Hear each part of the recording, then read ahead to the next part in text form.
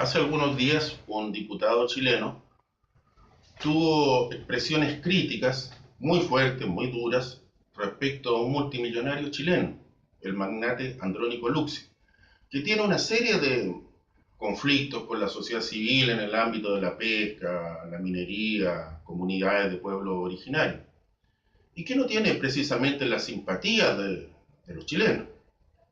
Lo curioso de esto, y que nos endilga a lo que quiero conversar hoy día, compartir con ustedes, es que este diputado entrevistado, cuando se le piden definiciones políticas, ideológicas, porque él viene no de la izquierda, él dice que él se siente un peronista, que se siente un peronista de la primera época, del Perón de 1955, no del segundo gobierno, del Perón de la comunidad organizada, del Perón que incorporó al escenario político argentino a una clase social entera, la clase obrera, y que lo hizo con dos o tres medidas muy simples: sindicalización por rama, sindicalización obligatoria y pago de cotización sindical obligatoria, lo cual generó un sindicalismo poderoso y fuerte que dura hasta nuestros días y que cambió la estructura de la política argentina.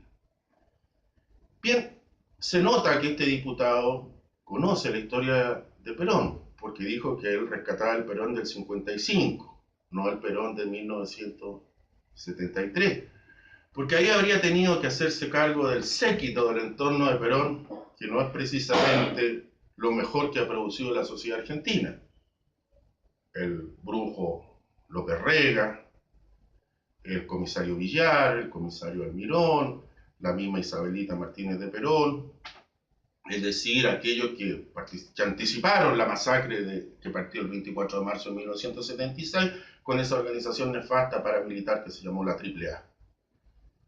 Bien, es curioso que un chileno se autodefina como peronista, y Perón tiene una estadía, una pasada por Chile que es muy significativa para su vida personal y quizás para la historia argentina. No para los grandes desarrollos históricos, las fuerzas que convergen, que pasan por sobre las particularidades de los hombres, pero quizás sí para el comportamiento de personas que fueron relevantes.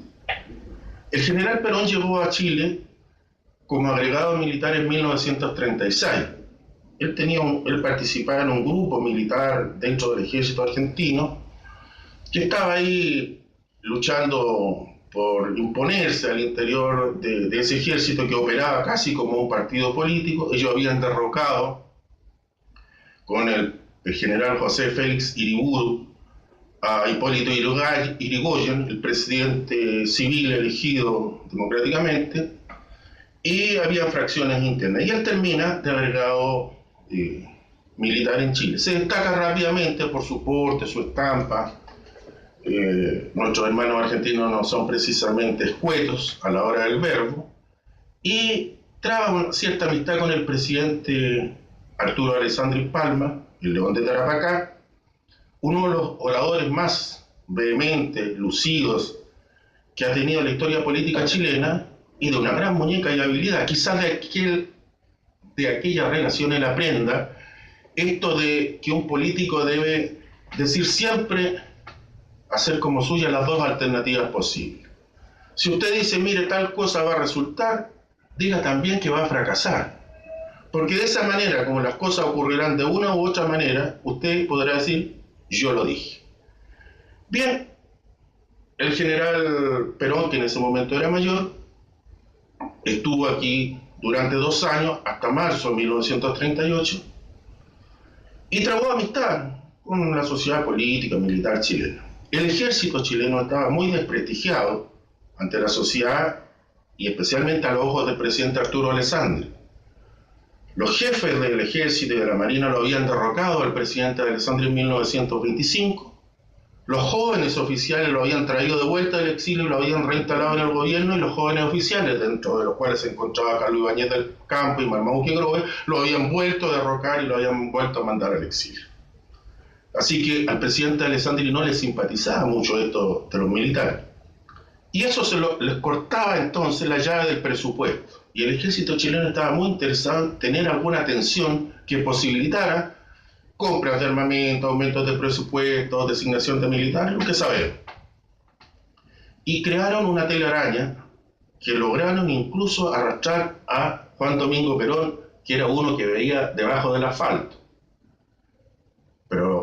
Y esto consistió en que inventaron que había un oficial del ejército chileno, supuestamente en retiro, pero que en realidad era activo, que estaba dispuesto a vender el plan de movilización del ejército chileno y los resultados de las maniobras, insinuando con esto que el ejército chileno pudiera tener alguna actitud agresiva con la hermana República Argentina.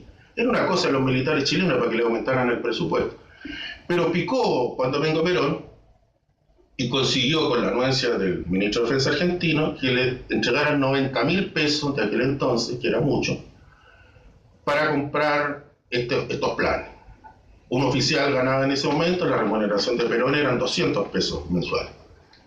Y bien, cuando él está por terminar su agregaduría de 2 años, llega el general, el mayor Eduardo Lonardi, que va a ser muy importante en la historia argentina, y él le cuenta este plan.